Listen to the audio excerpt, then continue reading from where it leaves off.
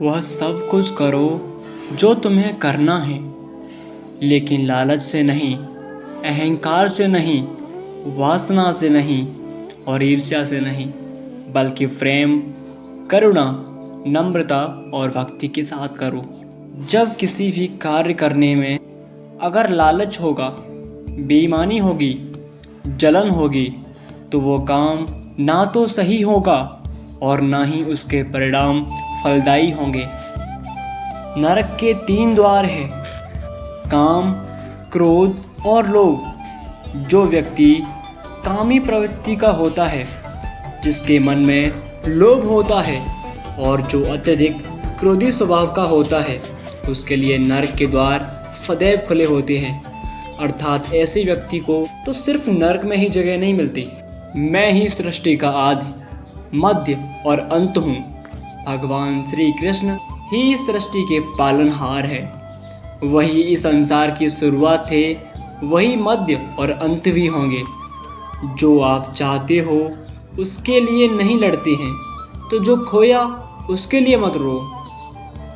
मनुष्य सब कुछ चाहता है, पर सब कुछ उसे नहीं मिल सकता। आपको जो नहीं मिला उसके लिए पश्चाताप मत करो, और जो आपसे खो गया, जो आपसे अलग हो गया, उसके लिए निराशा कभी मत करो।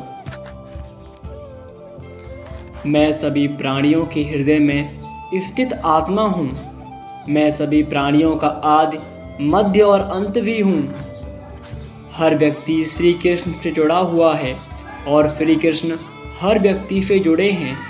वही हमारे संसार के रचनाकार हैं। ठंड या गर्मी, सुख या दर्द का अनुभव करें। ये अनुभव क्षणभंगुर हैं। वे आते हैं और जाते हैं। उन्हें धैर्यपूर्वक सहन करें। समय एक सा नहीं रहता। आज दुख है तो कल सुख भी आएगा, और सुख के बाद दुख भी आना स्वाभाविक है। आपको पूरे धैर्य और श्री कृष्ण पर विश्वास के साथ अपना जीवन निर्वाह करना चाहिए। सत्य कभी नष्ट नहीं हो सकता। अच्छा करने से नहीं डरना चाहिए। लोग अक्सर सच कहने से ही बचते हैं या डरते हैं, पर सत्य कभी नहीं छुप सकता और ना ही कभी मिट सकता है। कितना भी छुपा लें, पर सच तो उजागर हो ही जाएगा।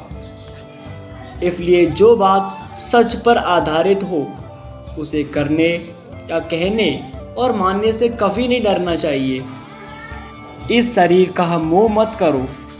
यह तो माटी है, माटी में मिल जाएगा।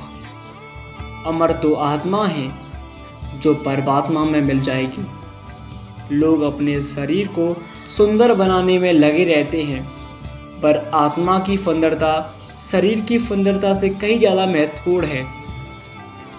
शरीर तो नश्वर है, मिट्टी ही तो है, तो मिट्टी में ही मिल जाता है, पर आत्मा अमर है। इसलिए आत्मा की सुंदरता पर ध्यान दो। आत्मा की सुंदरता अपने को श्री कृष्ण में लीन करने से मिलती है। जो हुआ अच्छा हुआ, और जो होता है अच्छे के लिए होता है। कभी कभी विपरीत परिस्थितियाँ हमारे वर्तमान स्थिति को अच्छा करने के लिए आती हैं। मन चंचल है, इसे और संयमित करना कठिन है, लेकिन यह अभ्यास से वश में हो जाता है।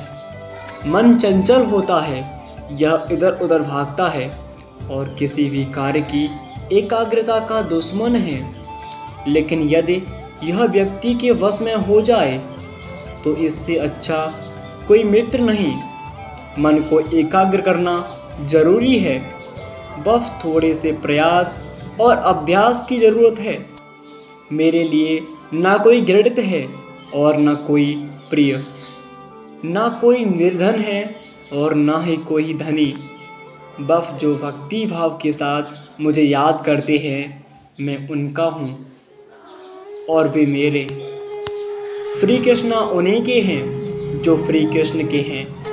भगवान तो बस प्रेम भक्ति के भूखे हैं। जो भी उनकी भक्ति में लीन होता है, जो भी प्रेम से उन्हें याद करता है, वो सदैव उसका कल्याण करते हैं।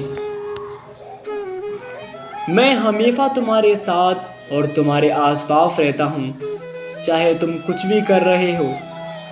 जब भी आप कोई बुरा कार्य करते हो या अच्छा कार्य करते हो, आपको लगता है कि कोई देख नहीं रहा, तो यहाँ श्री कृष्ण कहते हैं, तुम जो कुछ भी कर रहे हो, मेरी दृष्टि सदैव तुम पर है। इसलिए आप यह मत समझें कि आप अकेले हैं, आपके साथ श्री कृष्ण सदैव हैं। जो कुछ हुआ अच्छे के लिए हुआ, और जो हो रहा है अच्छे के लिए हो रहा है, और जो भी होगा वो भी अच्छे के लिए ही होगा। तो सकारात्मक रहो और अपना कर्म करो। आप वही है जिसमें आप विश्वास करते हैं। आप वह बन जाते हैं जो आप मानते हैं कि आप बन सकते हैं। हमारी सफलता और असफलता इस बात पर निर्भर करती है कि हम खुद पर कितना विश्वास करते हैं। व्यक्ति जो चाहे बन सकता है, यदि पूरे विश्वास के साथ अपने लक्ष्य पर लगातार चलता रहे। जिस इंसान के चारों तरफ नकारात्मक लोग रहते हैं, उस इंसान का मंजिल से भटक जाना तय है। कहते हैं कि मन के हारे हार है और मन के जीते जीत। जिस प्रकार सकारात्मक विचारों से सफलता मिलती है, उसी प्रकार नकारात्मक विचार असफलता के मार्ग की ओर अग्रसर करते हैं। क्योंकि जैसा हम सोचते हैं वैसे ही हम बनते जाते हैं, और अपने विचारों के माध्यम से ही हमें नकारात्मक और सकारात्मक परिणाम मिलते हैं। अपने अनिवार्य कर्तव्य का पालन करें, क्योंकि क्रिया वास्तव में निष्क्रियता से बेहतर है। मनुष्य ही एक ऐसा प्राणी है जो कर्म करता है, इसलिए कर्म करना प्रत्येक व्यक्ति का धर्म भी है। कार्य करने वाला व्यक्ति ही कर्मवीर कहलाता है, इसलिए कार्य कर लेना चाहिए। खाली बैठे रहने से हमेशा बेहतर होता है कार्य करना। जहाँ भी सभी मनुष्यों के स्वामी कृष्ण हैं, और जहाँ अर्जुन सर्वोच्च धनुधर है, वहाँ भी निश्चित रूप से ऐश्वर्य, विजय, असाधारण शक्ति और नैतिकता होगी।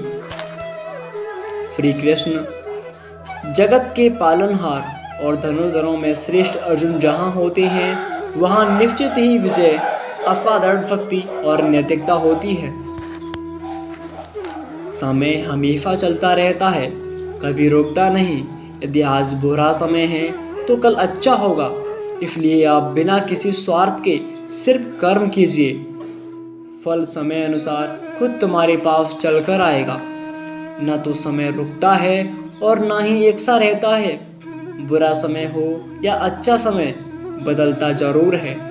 आज बुरा है तो कल अच्छा, और आज अच्छा है तो फिर से बुरा समय जरूर आएगा।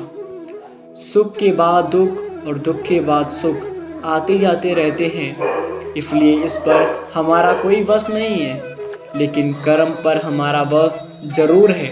आप सिर्फ कर्म करिए, फल की चिंता किए बगैर। समय आने पर फल जरूर मिलेगा। भगवान कृष्ण द्वारा परम सत्य उपदेश। जो अहंकार से ही मोहित हो जाता है, वह सोचता है मैं करता हूँ। जो अज्ञानी व्यक्ति होता है, वो तो गलतफहमी में पाल लेता है कि मैं करता हूँ, सभी कार्य मेरे द्वारा किए जा रहे हैं। ऐसा जान उसमें अहंकार भर जाता है। परंतु इस सृष्टि में जो भी हो रहा है, वो तो प्रकृति द्वारा किए जा रहे हैं। अज्ञानता के कारण व्यक्ति में जो अहंकार जन्म लेता है, तो उसका पतन होना निश्चित है। मैं किसी का भाग्य निर्माण नहीं करता, हर व्यक्ति अपना भाग्य स्वयं बनाता है। श्री कृष्ण कहते हैं कि वो किसी के भाग्य के निर्माता नहीं है। व्यक्ति खुद ही अपना भाग्य लिखता है। आप जैसे बीज बोएंगे, आप वैसे ही फसल ही काटेंगे। आप जैसा कर्म करोगे, आपके वैसे ही परिणाम मिलेंगे। यदि विद्यार्थी मन लगाकर पढ़ाई करेगा तो परीक्षा में सफल जरूर होगा। इसलिए हर व्यक्ति का भाग्य तभी बदलेगा जब वो ऐसे कर्म करेगा। पृथ्वी, जल, अग्नि, वायु, आकाश, मन बुद्धि और अहंकार, ये मेरी प्रकृति की 8 विभाग हैं। जो कुछ भी है वो वर्तमान में है, जो बीत गया है वो नहीं आएगा, और जो आने वाला है उसकी चिंता नहीं बल्कि खुले हाथों से उसका स्वागत करें। भ्रम और संदेह से परे, जब आप भगवान से प्यार करते हैं तो आप हर चीज़ से प्यार करते हैं। मन उन लोगों के लिए दुश्मन की तरह काम करता है जो इसे नियंत्रित नहीं रखते, और जिसने अपने मन को जीत लिया उसके लिए मन का सबसे अच्छा मित्र कहलाता है। क्रोध में इंसान भ्रमित हो जाता है और भ्रम से बुद्धि व्यग्र हो जाती है, और अपने गलत फैसले के चलते उसका पतन शुरू हो जाता है। जो कर्म में अकर्म देखता है और अकर्म में कर्म, वह मनुष्य बुद्धिमान होता है।